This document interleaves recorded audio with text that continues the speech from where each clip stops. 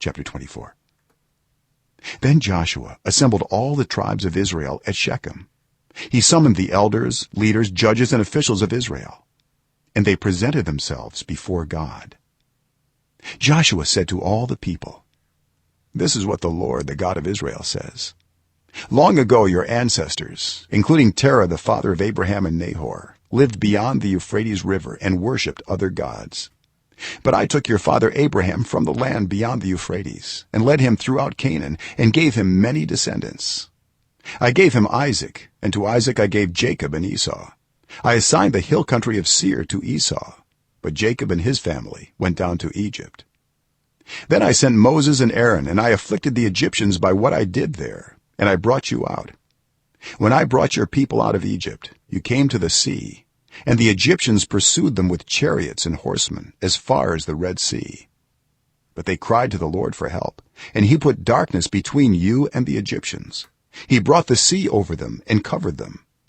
You saw with your own eyes what I did to the Egyptians. Then you lived in the wilderness for a long time.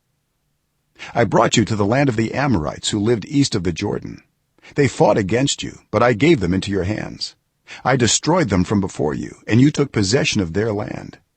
When Balak son of Zippor, the king of Moab, prepared to fight against Israel, he sent for Balaam son of Beor to put a curse on you. But I would not listen to Balaam.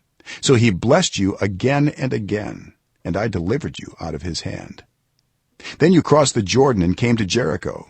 The citizens of Jericho fought against you, as did also the Amorites, Perizzites, Canaanites, Hittites, Girgashites, Hivites, and Jebusites. But I gave them into your hands. I sent the hornet ahead of you, which drove them out before you. Also the 2 Amorite kings. You did not do it with your own sword and bow. So I gave you a land on which you did not toil, and cities you did not build, and you live in them and eat from vineyards and olive groves that you did not plant. Now fear the Lord and serve him with all faithfulness. Throw away the gods your ancestors worshipped beyond the Euphrates River and in Egypt, and serve the Lord.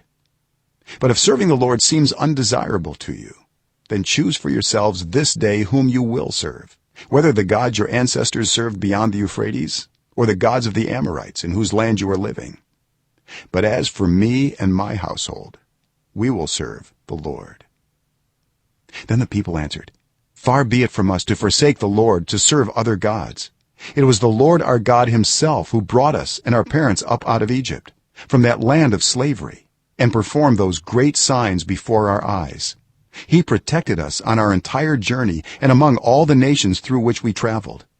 And the Lord drove out before us all the nations, including the Amorites who lived in the land.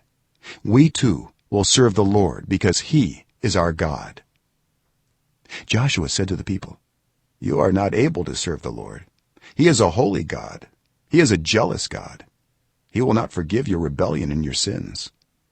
If you forsake the Lord and serve foreign gods, he will turn and bring disaster on you and make an end of you after he has been good to you." But the people said to Joshua, "No, we will serve the Lord." Then Joshua said, "You are witnesses against yourselves that you have chosen to serve the Lord." "Yes, we are witnesses," they replied. "Now then," said Joshua, "throw away the foreign gods that are among you and yield your hearts to the Lord, the God of Israel." And the people said to Joshua, "We will serve the Lord our God and obey him." On that day Joshua made a covenant for the people, and there at Shechem he reaffirmed for them decrees and laws. And Joshua recorded these things in the book of the law of God.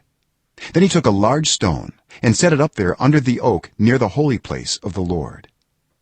"See," he said to all the people, "this stone will be a witness against us. It has heard all the words the Lord has said to us. It will be a witness against you if you are untrue to your God." Then Joshua dismissed the people, each to their own inheritance. After these things, Joshua son of Nun, the servant of the Lord, died at the age of 110. And they buried him in the land of his inheritance, at Timnath-serah in the hill country of Ephraim, north of Mount Gaash. israel served the lord throughout the lifetime of joshua and of the elders who outlived him and who had experienced everything the lord had done for israel. And joseph's bones, which the israelites had brought up from egypt, were buried at shechem, in the tract of land that jacob bought for 100 pieces of silver from the sons of hamor, the father of shechem. This became the inheritance of joseph's descendants. And eleazar son of aaron died and was buried at gibeah, which had been allotted to his son phinehas, in the hill country of ephraim.